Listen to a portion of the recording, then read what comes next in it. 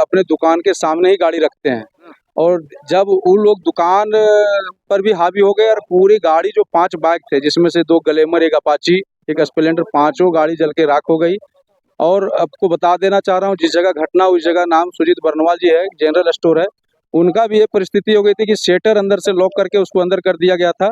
जब हमको लड़का फ़ोन किया कि भैया हम मर जाएंगे, अब नहीं बच पाएंगे, तो हमने एसडीपीओ साहब से आग्रह किया कि सीओ साहब की अगर कम से कम जो दुकानें जल गई वो तो नहीं बच पा रही है, आपके पास अवेलेबल नहीं है पानी का, लेकिन जो व्यक्ति जीवित है कुछ देर में मर जाएगा उसको आप बचाएं। अगर एसडीपीओ रख के चौक पर अगर एक आदमी नहीं बच पाती है तो सर ये बड़ा दुर्भाग्यपूर्ण चर्चा की विषय है। फिर उन लोगों के साथ आके एसडीपीओ साहब शटर खोल के उस व्यक्ति को निकाले। ये परिस्थिति घोड़तंबा की हो गई थी जो हम लोग कभी भविष्य में सोचे नहीं थे और ये बहुत बड़ा निंदनीय घटना है। अब इस पर और फिर फायर ब्रिगेडियर हमारे धनवार विधानसभा में एक ही था क्या, एक आया, उससे 2 गो गुमेटी भी नहीं बुझ पाई। फिर कोडरमा जिला से बुलाया गया, फिर पूरी दुकानें को बुझाया गया। फिर सुबह हम आके पुलिस अधीक्षक महोदय से मिले और उनसे कहे कि लगभग जो दुकान, जैसे मुस्लिम गली में 2 हमारे हिंदू भाई धनवार के बर्नवाल जी का दुकान है, मोबाइल दुकान, उसकी काफ़ी भारी मात्रा में बोर्ड, शटर पत्थर से ढड़ा तोड़ा गया है। हमने एसपी साहब को कहा कि लगभग दुकानें में सीसीटीवी कैमरा लगा हुआ है, आप फुटेज कर चिन्हित कर जो दोषी हैं उनको कठोर कार्रवाई करें, सरकार के इशारे पर काम ना करें।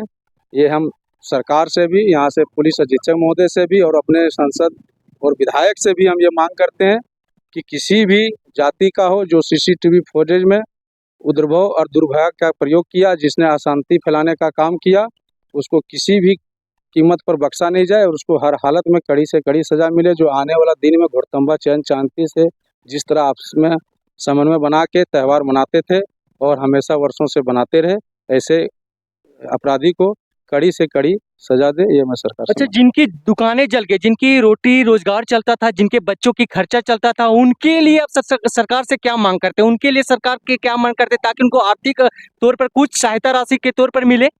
हम तो सरकार से मांग करते हैं कि वैसे हमारे दुकानदार बंधु को 10 लाख का मुआवजा दे और जिस जगह उनका दुकान था वो अपने निजी वाहन खर्च से उनका दुकान को अस्थायी से फिर लगा दिया जाए, क्योंकि वो परिवार को चलाने में और अभी बाजार की कोविड काल से जो स्थिति है वो सक्षम भी नहीं है कि दुकान अपना पूंजी से बना के लगा पाएंगे।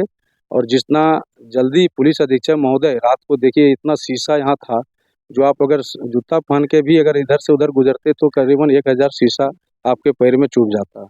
उसने साफ कर दिए, जेसीबी से सारा गुमेटी जो जला उसने साफ कर दे। तो हम ये कहेंगे कि यहाँ से डीसी महोदय और सरकार से मांग करता हूँ कि वो दुकानदार को बहुत जल्द दुकान भी लगा दिया जाने का प्रयास करे और जो मुआवजा 10 लाख कम से कम सभी दुकानदार बंधु को दिया जाए। जो हम अगर बड़ा बाबू सक्षम नहीं थे, वर्षों से इधर से जुलूस जाया करता था जब से हमारी होश हुई है, और ओपी में अगर वो शांति समिति बैठक में बोल दिए रहते कि हमारे साथ प्रशासन नहीं है, इस राह से नहीं ले जाइए, तो हम लोग अपना विचार कर लेते समाज में बैठ के, लेकिन उन्होंने वैसा कुछ प्रस्ताव नहीं किया। जब हमारे साथी के लोग आ गए जुलूस ले जाने के लिए तो उनके द्वारा रोका गया। जो हमारे साथी उस जुलूस में थे उनके ये कहना है, और जब रोक दिया गया तो तब तक उधर से पथराव और चालू हो गई।